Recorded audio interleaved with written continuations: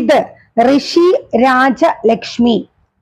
ദുരന്ത ഭൂമിയിൽ മുഖം മറച്ചെത്തിയ പട്ടാളക്കാരൻ, India's most fearless man of Indian army.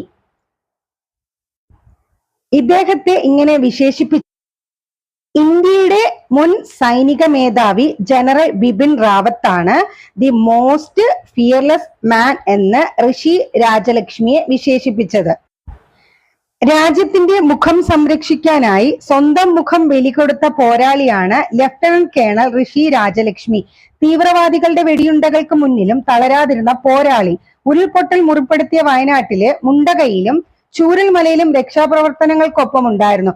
മലയാളിയായ ആ സൈനികൻ മുഴുവൻ സമയവും ഒരു മുഖാവരണം അണിഞ്ഞാണ് അദ്ദേഹം അവിടെ രക്ഷാപ്രവർത്തനം നടത്തിയിരുന്നത്.